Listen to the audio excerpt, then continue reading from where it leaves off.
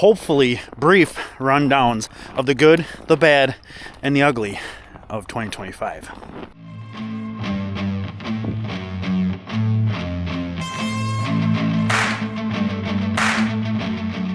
Hey, how's it going? Welcome back to Ohrmundt Simmentals. All right, it is January 1st. Happy New Year. It is always crazy to say that when it's the new year. So we are going to feed a little early since it is New Year's Day. We are football fans. So we do like to take in a little bit of football, especially like the Rose Bowl and stuff like that. And yes, we have work to do on that trailer, but we can do that tomorrow. So today, while we feed, I kind of thought it'd be a good opportunity to go through maybe just some hopefully brief rundowns of the good, the bad, and the ugly of 2025. And of course, I always like to start with the bad news first, or the ugly, and always end on a good note. So we can start talking about that stuff. Now, I'm not going to hit on every single thing because honestly, I just won't remember them all. But we'll just hit on some highlights. We'll talk about hopefully things we're going to learn from those experiences and move on. Things we liked and want to try and do better for next year. So, ugly. I think probably the first and foremost on the ugly standpoint was cows getting struck by lightning.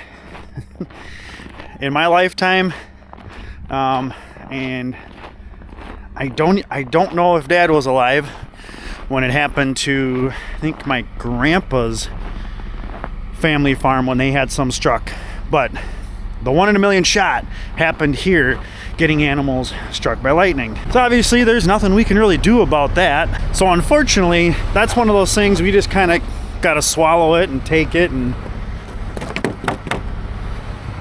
deal with it. I think maybe the one lesson we may have learned from that situation is if you have insurance on your animals, that you basically get that what you have them reported down for, or an insured value. So let's just say you have them set like a breeding cow or a breeding heifer, you have them valued at, let's just say, $1,200. You're only getting $1,200. It doesn't matter if the sale barn current price is like, $3,000. It don't matter. You're only getting what you got on your report. So another in the ugly category, I guess we could say, would be the 2 cows that aborted. The one about 3 weeks ago. Yeah, about 3 weeks ago. And then we had that one about 6 weeks ago, or 2 months ago, actually. We found that it's the same bacteria that caused one a few years ago. It is a naturally occurring bacteria. And the good thing is that cows can develop and build an immunity to it. So if you have healthy animals and they're getting bred and they're having calves, then they have obviously an immunity to it.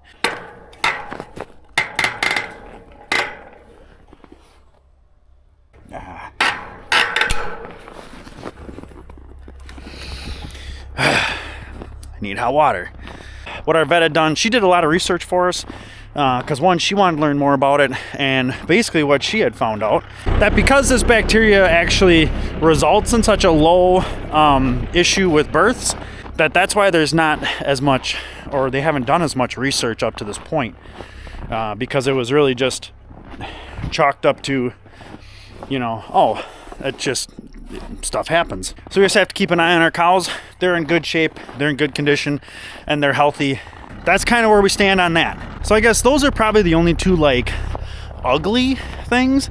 If we talk about things that are the bad, or maybe the not so good results, I guess the first one that comes to mind would probably be last spring during calving. We just had stupid stuff happen. You know, we had the one calf that kind of got rough toes. We had the twins out of a first calf heifer. That's not a good combination. So we had a slightly higher than normal death loss as far as calves go. You know, in the not so good, you can maybe say the two calves like Tilts and the other steer. Both, they got sick. We treated them really well. They came out of it and they're doing good. So there was light at the end of that tunnel, and they should perform pretty well and be really good, tasty beef. For some reason, I'm a little froze up today, and I'm sure it's right down where it normally is, right here. I drained this guy off though, so we'll see.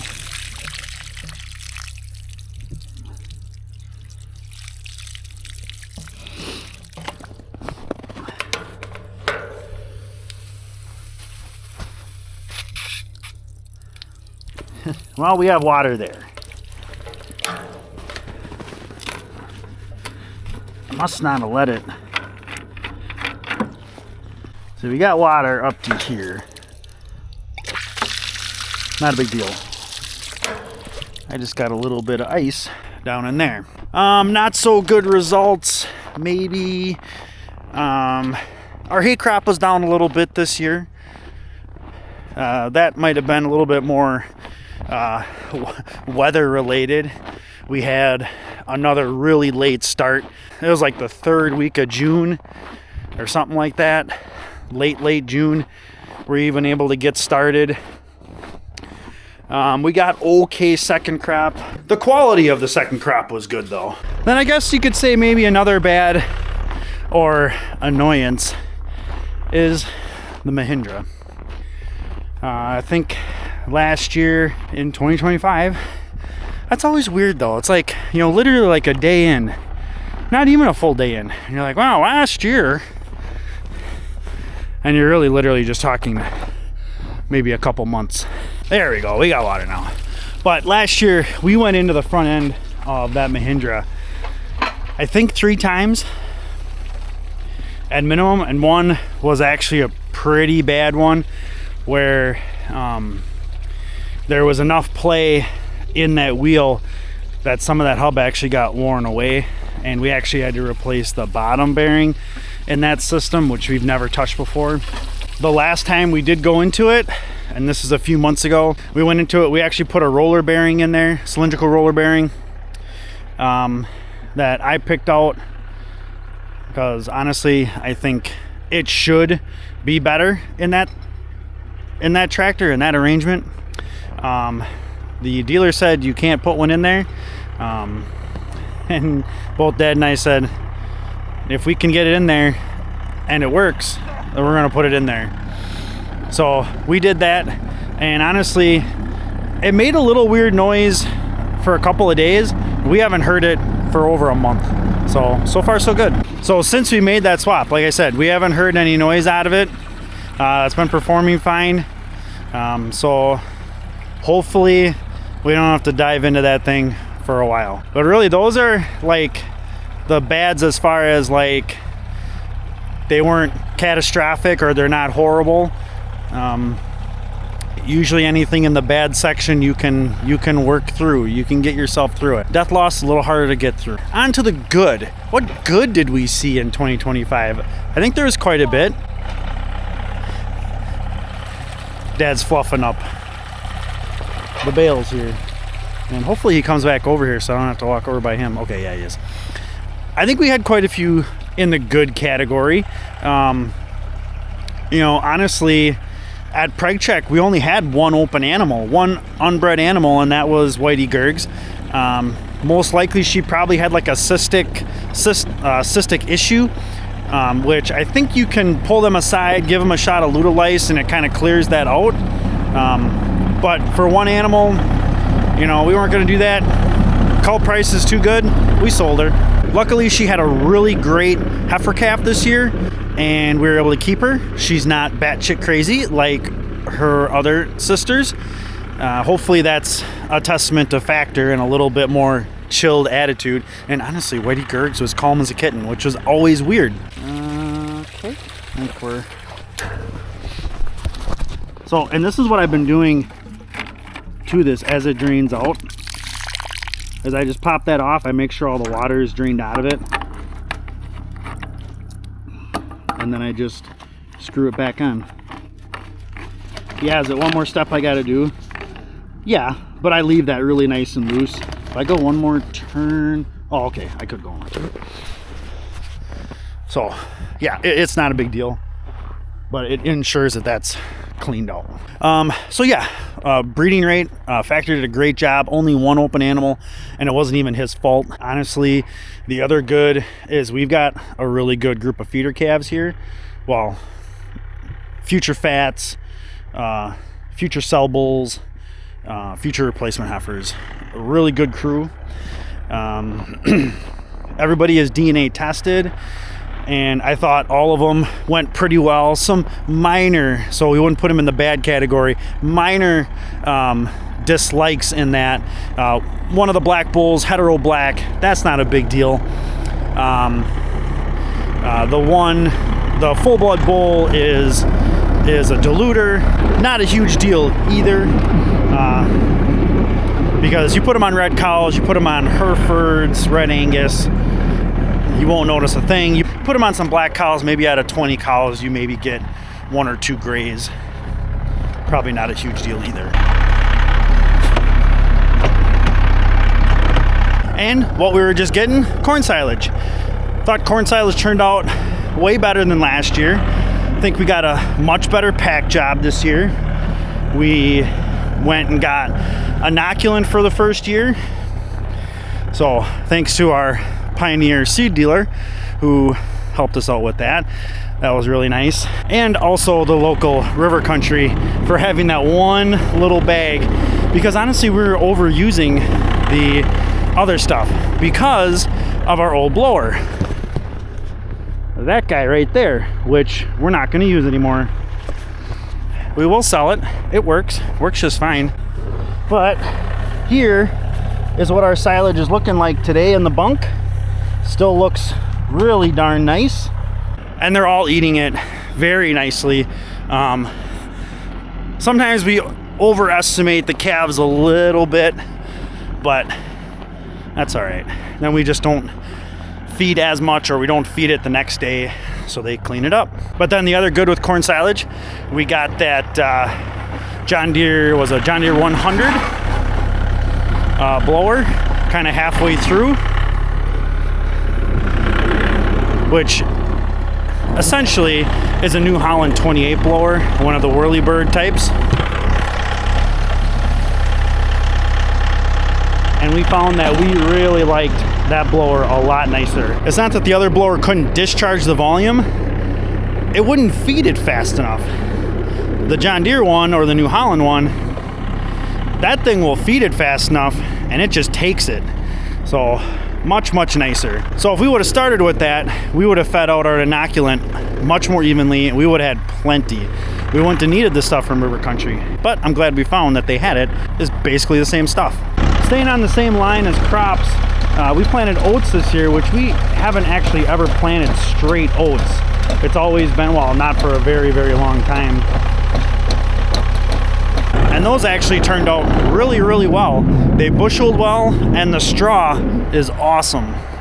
Having that for bedding, I mean, we did end up with corn stalks this year, which that's another good thing. And they're good, they're okay. They have a tinge of white mold, but it's not anything that we would have to ever worry about. They do come apart pretty easily. Bale processor would be awesome. But those straw bales, they are really nice. All right, so then another on the and this is probably the thing that was probably the best about 2025, and I, for the life of me, can't remember when exactly we purchased it, because I don't think we got it. I think we technically purchased it in 2024, and that's the round baler. I'd have to look back and see when we got it exactly, but we first got to use it in 2025. And I think that was a very worthwhile upgrade. I think it was definitely just in the lines of our old baler, where that one was. We were ready for an upgrade, little upgrade in technology, quality. The baler was, getting to the point where, how many more bales this thing really got going for it. We did hear from the people that bought it, and they said it worked great for them. It worked great for them, and that's awesome. But switching to the New Holland RB450, net wrap only, because then that also I think has led to and will lead to, as the winter goes on and into the spring, better quality hay. Even though it was baled a little bit later, a little bit more mature, that quality of hay will stay in there and will remain, or at least hold a little bit longer than it did before. Plus, we've got a little extra hay in them compared to our old baler because they're packed a little bit tighter, and we're not wasting quite as much because that quality isn't going down as fast as it would with a twine wrap bale. So of all the things, as far as good things for us and for the farm, I would definitely say that the baler outshines pretty much any of the other ones. We ended up with pretty decent corn this year. Unfortunately, the Deere are using that as a big frickin' feeder. They keep pulling cobs out, just kind of pissing us off. But we ended up with pretty decent corn this year, though, and we'll be diving into that pretty soon. Probably in about 2 weeks, we should be up and at 'em for taking our first load out of the crib. So yeah, overall, that was just kind of a brief overview. I know I talk more than I should, but just a little bit of an overview of some of the good, some of the bad, and some of the ugly. And honestly, the ugly and the bad, and sometimes they all kind of blend together. So looking into 2026, where are we going? What do we want to do? What do we want to accomplish? Well, there's a few things, because tomorrow, 1 month from tomorrow, the 2nd, our first calf is due. Barb is due to calve on February 2nd. So plus or minus 14 days, mostly plus or minus like a week. We have calving right around the corner, literally right around the corner. So I got to start ordering some stuff. I need my Start Strong, which has worked really good for us over the years. So I need to order that. I need to make sure I got enough tags, all that stuff. I've been kind of toying with the idea of just ordering one of those really cheap, like craft laser engraver things, and then trying to do like laser engraved ear tags. Not like the Ritchie ones. Those would be really nice. Those are pretty robust. I think this would still be able to do it, so I could switch to that. But they're like $150 on Amazon just to try it just for myself, and maybe branch out, who knows. But I've thought of trying that, so we'll see. I haven't bought myself a Christmas present yet. I usually do. Honestly, it's really just an excuse to buy myself a new toy. So we'll see. Looking towards spring, crop-wise, we're still looking at about the same amount of corn silage ground. Something I could have put in the bad, but I'm still holding out for good things, is our winter rye that did not come up this past fall. So we're still crossing our fingers that stuff comes up and it turns into something that was good out of what we started to do in 2025 and become something good for 2026. So that's why I kind of didn't mention it. But seeing how that stuff comes up, hopefully it turns out decent yet, and we'll go from there. Like project-wise, we still got the BDA we got to fix up, get the blue feeder in there, redo the bale area, so that project is still on the list. This will be, unfortunately, the last year for Factor, so look to sell him in the fall, most likely, and then next winter, start figuring out who's going to replace him. Are we going to keep one, or are we going to buy one? but we'll see. We got some good bulls potentially coming. I got some new genetics that we've used. We've got Gibbs Essential coming. We've got some money makers. We've got the Fairview Kingpin, the full blood. We've got him coming. And then more factor babies, of course. So we've got some new blood, new AI blood coming. So always very excited about that. It's always my most nerve-wracking but most exciting time of the year too. It's like I want to see every new calf. I get really, that's one thing I really get excited for. You see a calf, a newborn calf, hit the ground, start shaking its head. Mom goes to work. That thing's up in a few minutes, and it's eating. It's running around within 24 hours. I mean, you can't ask for much more. So there's some good things to look forward to in 2026. We potentially might be getting another cab tractor, something around the lines of our 4430. Honestly, if we could find another 4430 exactly the same, we would love it. Just another thing, another cab tractor for especially if Dad is doing some cutting hay and it's like 85 degrees out. You know, it's just some of those small little creature comforts that will help you stay in the seat a little bit longer. So those are some things to look forward to in 2026. I don't typically do goals. I don't like goals. Being in the corporate world for too long, I don't like setting goals, like actual goals, like, hey, you're going to accomplish this year. Because I've learned too many times that like 2 weeks later after you set that goal, something happens and you like take a hard right or a hard left and you're going in a different direction. So it becomes very, very hard to do those goals unless they're a goal you can accomplish as you're doing all of your day-to-day stuff. So that comes to subs. I started thinking like this year I wanted 2,000 subs. You guys did an awesome job. And anybody who gave any shout outs to help us out in that, thank you very much. And thanks for the support getting to over 2,000 subs. As of today, I'm recording this, New Year's Day, we're actually at 2026. So we're at 2026 on the first day of 2026. I don't know if we got that sub yesterday or this morning. I can't remember. But that's kind of cool. So the new goal. I originally was thinking like in that 3,500 or like I was originally thinking like 4,000. Then I was like 3,000 I think is too low. That's not really a stretch. That's not something to really strive for. Then Bethany was like, why not 3,500? Nope, we're gonna go 4,000. Let's try and hit 4,000. Let's double up. I think we can do it. I definitely think we can hit that goal. It is a little bit of a stretch. With every view, with every like, with every comment, and every new subscriber, we're going to get closer and closer to that goal. So, yeah, we're going to stick with 4,000. That's our 2026 goal, is 4,000 subs by the end of the year. So, I think we can do it. All right, I've rambled on too long, and I got to get this video edited, so hopefully I can still get it out today. So, we'll see. But, yeah, that's enough of me rambling. I hope you guys had a great holiday, a very Merry Christmas. Hope you guys got to spend time with friends and family as always. And hope you guys had a great New Year's Eve and a great New Year's Day. Our company gave us off tomorrow. They moved our Martin Luther King Day up to tomorrow because it was just Friday. So I don't have to go back to work until Monday, which is awesome.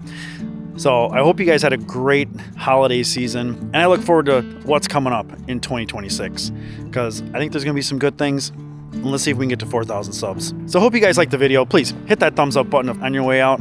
Help support the channel. And of course, if you got any questions, please, by all means, leave them in the comments. And definitely, don't forget to subscribe. Help us get to our new goal of 4,000 subs. And as always, thanks for coming along.